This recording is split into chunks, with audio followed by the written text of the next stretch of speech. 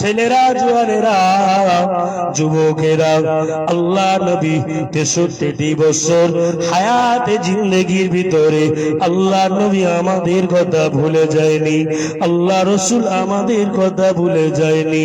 আল্লাহ নবী আজ পর্যন্ত মদিনার মসজিদে নববী শরীফের সবুজ গম্বুজের নিচে আল্লাহ নবী হাও হাও করে কাঁদছেন আর বলছেন, ইয়া রাব্বি হাবলি উম্মতি উম্মতি উম্মতি। ও ভাইয়েরা, নিজের চামড়ার চোখে রিয়াজুল জান্নার ভিতরে ঢুকে আল্লাহর নবীর মাজার শরীফটি, রওজায়ে আকবার শরীফটি থেকে চোখে পানি ধরে রাখতে পারি না। আল্লাহ পাক, আল্লাহ তাআলা আমার হাবিব নবী নূর নবীকে কত বড় মর্যাদা দিয়েছিলেন, কত বড় সম্মানের হাতদার করেছিলেন।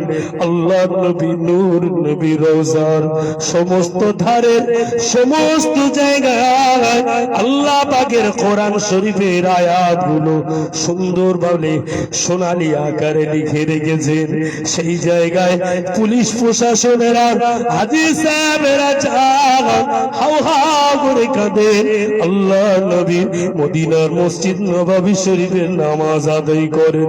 আল্লাহর নবী নূর নবী উম্মতিরা যখন গিয়ে আল্লাহর নবীকে সালাম দেন, আসসালাতু ওয়াসসালামু আলাইকা ইয়া রাসূলুল্লাহ, আসসালাতু ওয়াসসালামু আলাইকা ইয়া হাবিবাল্লাহ, আসসালাতু ওয়াসসালামু আলাইকা ইয়া শাফিউল মুজনাবিন, আসসালাতু ওয়াসসালামু আলাইকা ইয়া রাহমাতাল লিল আলামিন।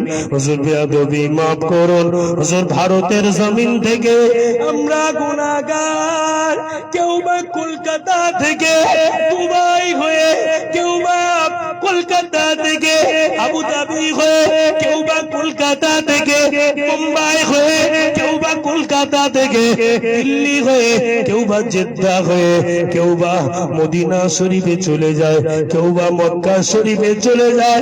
ইয়া রাসূলুল্লাহ, ইয়া হাবিবাল্লাহ, আমরা বড় অসহায়, আমরা বড় গরীব, আমরা বড় অসহায়, আমরা বড় গরীব। হুজুর আজকে দিনে আপনার কাছে এসেছি হুজুর বড় মনের আশা নিয়ে, বড় মনের আকাঙ্ক্ষা নিয়ে। হুজুর আপনি যে আমাদের দয়ার নবী, আপনি যে আমাদের মায়ার নবী, হুজুর আজকে দিনে আমাদের সকলের সালাম গুলোকে আপনি কবুল করে নিন। হুজুর আজকে দিনে আমাদের জন্য আল্লাহ পাকের কাছে আপনি দোয়া করুন, আপনার দুয়ার বাবার কাছে আমার আল্লাহ পাক দুয়াকে কবুল করে নেবে। আরো জোরে বলি, ও আমি গুনাহগার, ফজরের নামাজ মদিনার মসজিদে নববী শরীফে আদায় করে ইমাম সাহেব যখন কিরাত পড়ে, কোরআন শরীফ তিলাওয়াত করে, আর রহমানু আল্লামাল কুরআন খালাকাল ইনসানা আল্লামাহুল বায়ান, আশ-শামসু ওয়াল কমারু বিহিসবান ওয়ান নাজমু ওয়াশ শাজারু ইয়াসজুদান ওয়াস সামাa'u রাফা'হা ওয়া ওয়াদা'আল মিজান আল্লাহ তাতগাউ ফিল মিজান। ও হাজী সাহেবেরা, ওই সময় ফজরের নামাজে মদিনার মসজিদের ইমাম এত জোরে জোরে জোরে জোরে কি সুন্দরভাবে লম্বা কিরাত তেলাওয়াত করে, লম্বা কিরাত তেলাওয়াত করে। মনে হয় আরো কিছুটা তেলাওয়াত হলে ভালো হয়, শুনতে বড় ভালো লাগে। ফজরের নামাজ আদায় করে মদিনার কবরস্থানের দরওয়াজা খুলে দেয়। দরওয়াজা খুলে দুটাই কথা বলে না, দুটাই মদিনার কবরস্থানে দরওয়াজা খুলে দেয়। মদিনার কবরস্থানের নাম কি বাবা? কথা বলে, হ্যাঁ, মদিনার কবরস্থানের নাম হলো, মদিনার কবরস্থান জান্নাতুল বাকি। মক্কা শরীফের কবরস্থানের নাম হলো জান্নাতুল মুআল্লা। মদিনার কবরস্থান মদিনার কবরস্থান জান্নাতুল বাকিয়া দুটো টাইম দরজা খুলে দেয়। একটি হলো ফজরের নামাজের পরে, আর একটি হলো আসরের নামাজের পরে। কয় টাইম? দুই টাইম পুলিশ সব ঘাটে থাকে।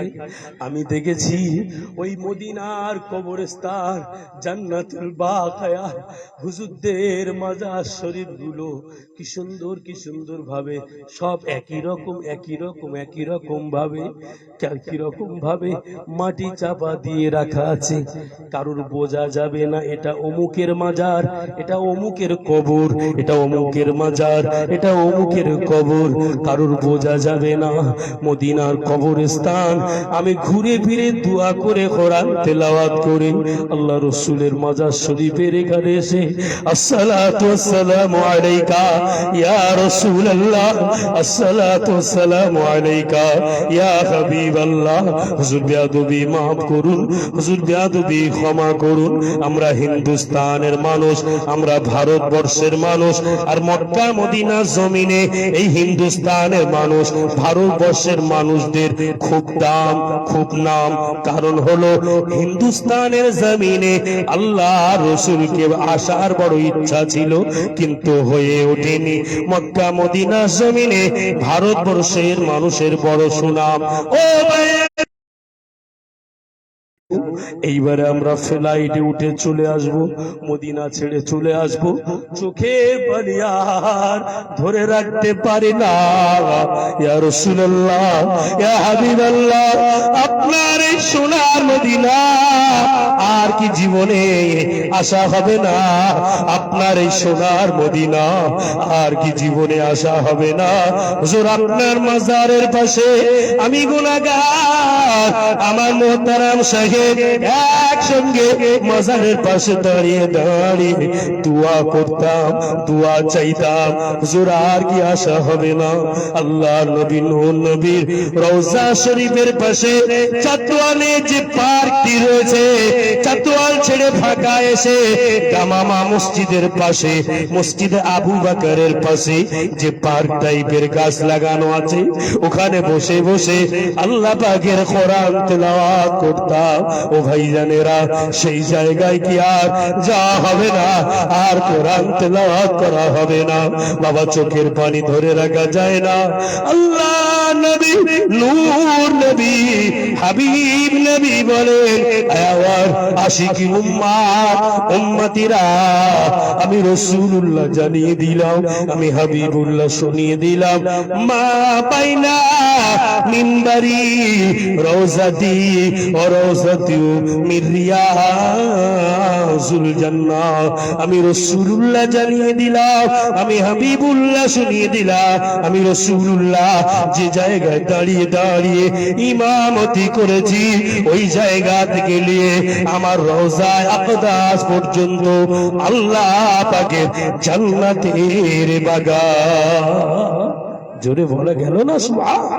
নারে তাকবীর, নারে তাকবীর। কোন জায়গাটি জান্নাতের বাগান?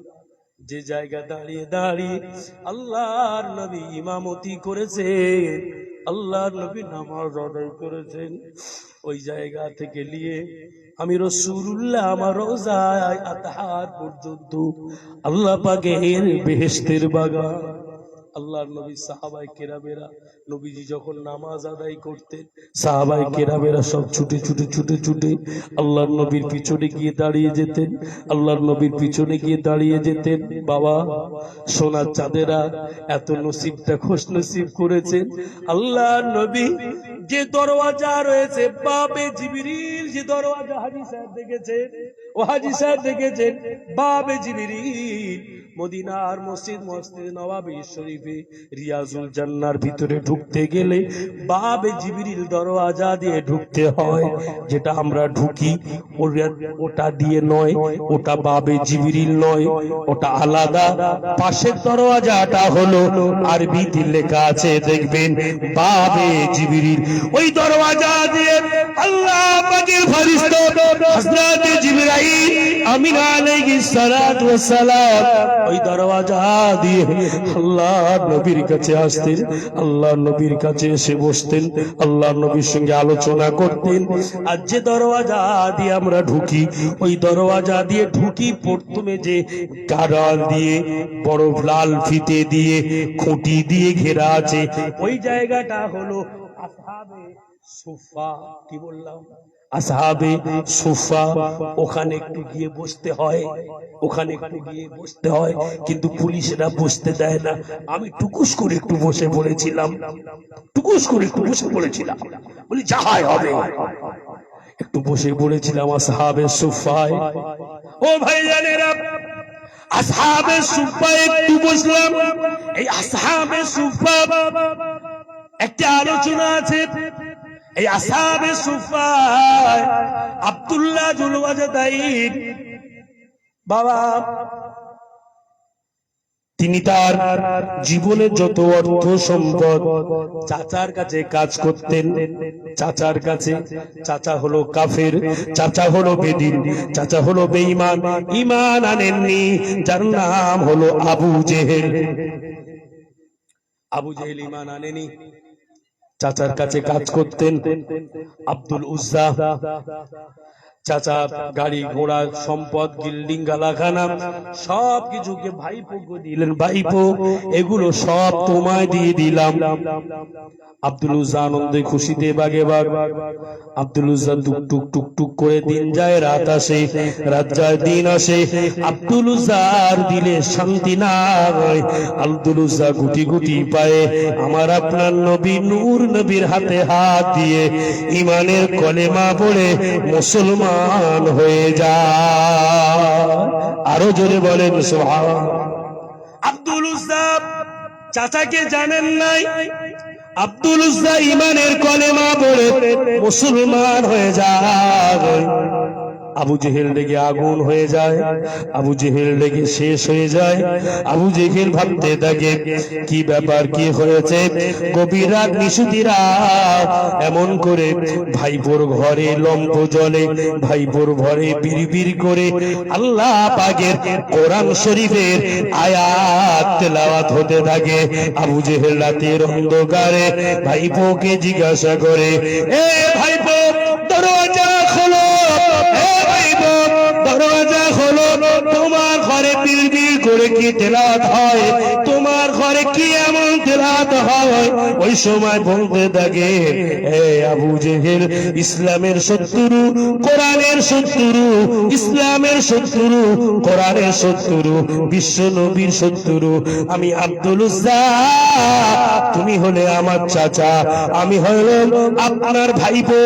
আমি রাতের অন্ধকারে একা একা আকায়ে নামদার মুফাক্কার মওজুদার সাইয়্যিদুল মুরসালিন রাহমাতাল লিল আলামিনের কাছে গিয়ে তানার হাতে হাত দিয়ে আমি ঈমানের কলেমা পড়ে আমি মুসলমান হয়ে গেছি। আর একটু জোরে হবে না?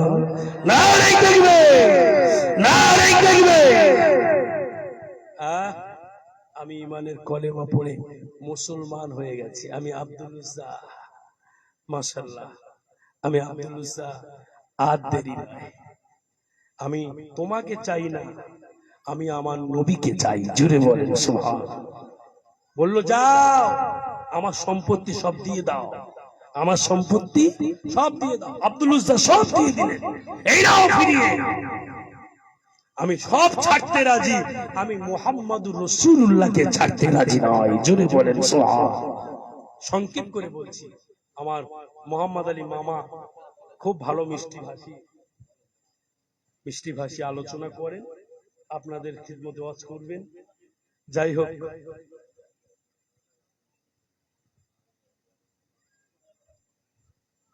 আচ্ছা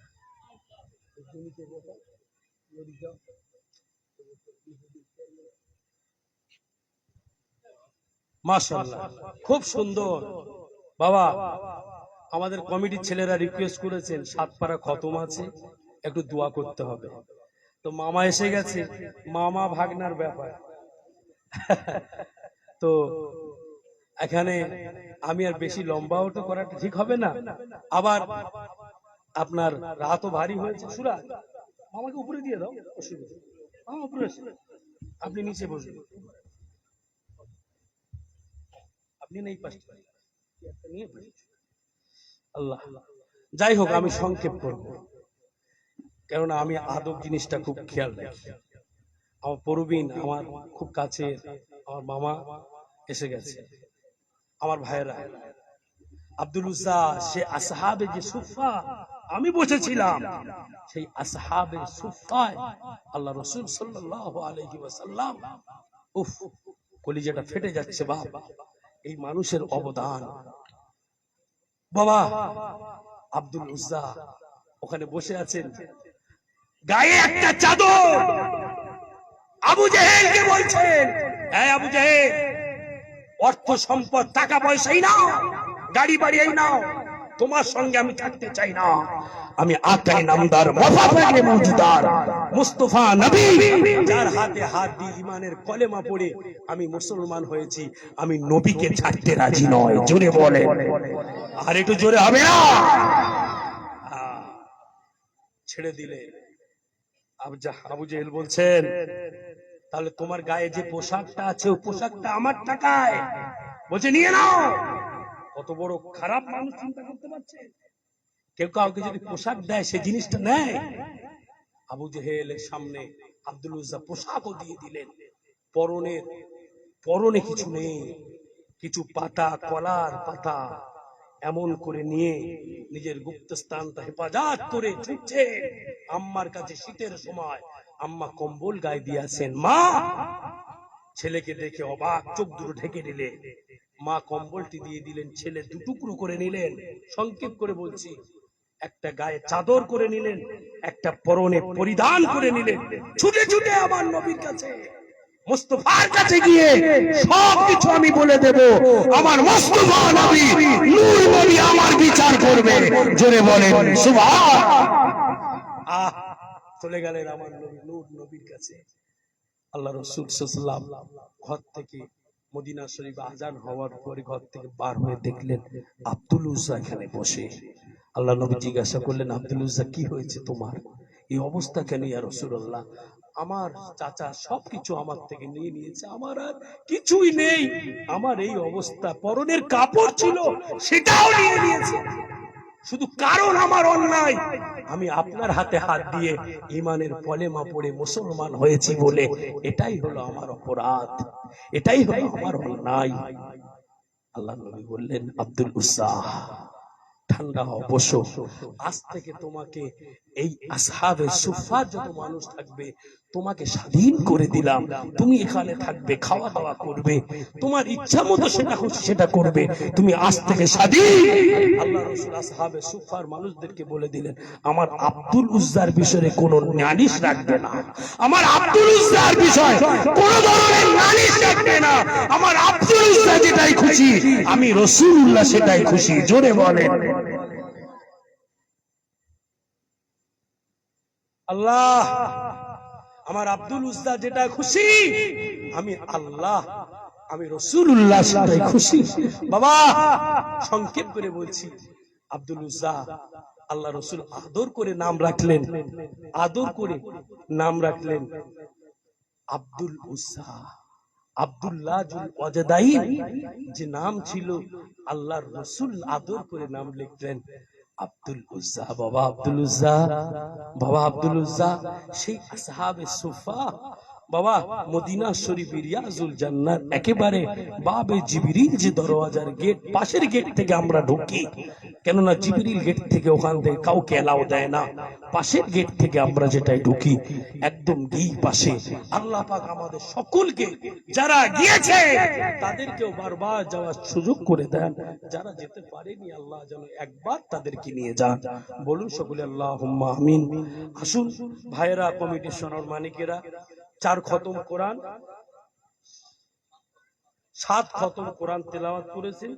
একটু দোয়া করার জন্য আমাকে বলছেন, ইনশাআল্লাহ। যেহেতু মামা আছেন মাশাআল্লাহ, মামা লাস্টে মোনাজাত করবেন, কোনো অসুবিধা নেই। আর আপনারা যে যা তেলাওয়াত করেছেন একটু দোয়া করব। আপনারা যে যেখানে বসে আছেন সকলেই আমার সঙ্গে একবার তওবা পড়েন, আস্তাগফিরুল্লাহ রব্বি মিন কুল্লি যামবি ওয়া আতুবু ইলাইহি আশহাদু আল্লা ইলাহা ইল্লাল্লাহ ওয়া আশহাদু আন্না মুহাম্মাদান আবদুহু ওয়া রাসূলুহু লা হাওলা ওয়ালা কুওয়াতা ইল্লা বিল্লাহিল আলিয়্যিল আযীম। আল ফাতিহা। আল্লাহুম্মা আমিন। ربنا ظلمنا أنفسنا وإن لم تغفر لنا وترحمنا لنكونن من الخاسرين. ربنا فاغفر لنا ذنوبنا وكفر عنا سيئاتنا وتوفنا مع الأبرار. رب ارحمهما كما ربياني صغيرا. رب ارحمهما كما ربيانا صغيرا. আল্লাহ পাক আপনার মদিনা শরীফ থেকে, মক্কা শরীফ থেকে আল্লাহ কয়েকটা দিন হলো বাড়িতে ফিরে এসে আপনার নেককার বান্দা বান্দীদেরকে নিয়ে আল্লাহ দুটি করে খালি হাত করে তুলেছি। হলা আল্লাহ আপনার নেককার বান্দা বান্দীদেরকে নিয়ে আল্লাহ এই গভীর রাত নিশুতি রাতে দুটি করে তাহাজ্জুদের রক্ত আর কিছু সময় পরে হবে।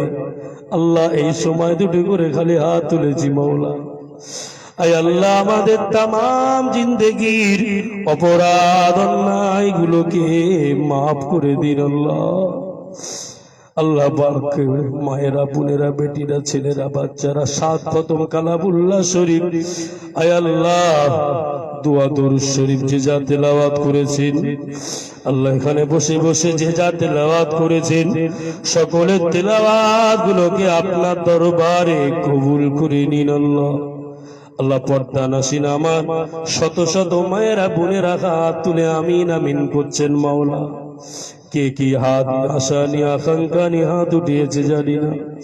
আল্লাহ সকলের আশা উদ্দেশ্য গুলোকে আল্লাহ আপনি পূরণ করে দিন। আল্লাহ রব্বুল আলামিন আল্লাহ খুশি সওয়াব দিয়ে থাকেন সর্বপ্রথমে আকায়ে নামদার মুফাক্কারে মওজুদার সাইয়্যিদুল মুরসালিন রাহমাতাল লিল আলামিনের রূপাকে সওয়াবগুলো পৌঁছে দিই। হুজুরের কদমের ওসিলা করে তামাম নবীন সিদ্দিকিন শুহাদা সালেহিন বুজুর্গ দিন পীর ওলিয়া আউলিয়া বুজুর্গ হুজুরদের রূপাকে সওয়াবগুলো পৌঁছে দিন। খাস করে মুজাদ্দিদ জামান কুতুবুল আলাম আমির শরিয়ত আলা হযরত দাদা পীর রূপাকে সবগুলো পৌঁছে দিন। হযরত বড় হুজুর, হুজুর সেজ হুজুর, ন হুজুর, ছোট হুজুর, শহীদান হুজুর, বেলপাড়া হুজুর, বড় হাফেজ সাহেব হুজুর, হারোয়া ভাঙন ঘটিয়ারি বসিরহাট মানিকতলা 12 একদিন শাহ আল্লাহ সকল হুজুরদের রূহ পাকে সবগুলো পৌঁছে দিন। আল্লাহ আল্লাহ আপনার কাছে বড় আবেদন, কাকুতি মিনিত নিবেদনে দুটো হাত নিয়ে তুলেছি। মাওলা আল্লাহ আমাদের অনেকের আব্বা নাই, অনেকের আম্মা নাই, অনেকের ছোট ছোট বাচ্চা বাচ্চিরা নাই। আল্লাহ তারা গহীন কবর নীরব নগরে চলে গিয়েছে, আর আমাদের কাছে ফিরে আসবে না। আল্লাহ তারা কি হালাতে আছে, কি অবস্থায় আছে আমরা কেউ জানি না। আল্লাহ তারা কোনদিন আমাদের কাছে আর আসবে না। আল্লাহ আজকের এই নবী দিবসে মাহফিলের ওসিলা করে আল্লাহ উলামায়ে হযরতদের ওসিলা করে আপনার খানায় কাবার মেহমানদের ওসিলা করে আল্লাহ আপনার নামাজি বান্দাদের ওসিলা করে কোরআন খতমের ওসিলা করে আল্লাহ তাদের কবর গুলোকে জান্নাতের গোলাপ ফুলের বাগান বানিয়ে দাও। আল্লাহ আল্লাহ আল্লাহ আল্লাহ আপনি যদি তাদের কবর গুলোকে জান্নাতের গোলাপ ফুলের বাগান না বানিয়ে দাও, আল্লাহ আমরা তাদের সন্তান হয়ে, আমরা তাদের ছেলে মেয়ে হয়ে, আমাদের আত্মীয় স্বজন কষ্টে থাকবে। আল্লাহ আমরা সইতে পারবো না, আল্লাহ আমরা থাকতে পারবো না। আল্লাহ আমাদের আত্মীয় স্বজনের কবর গুলোকে আপনি জান্নাতের ফুল বাগান বানিয়ে দাও। মাওলা আল্লাহ আপনার রহমতের ভান্ডারে জোশ মেরে দাও। আল্লাহ আপনার ভান্ডারে তো কোনো অভাব নাই।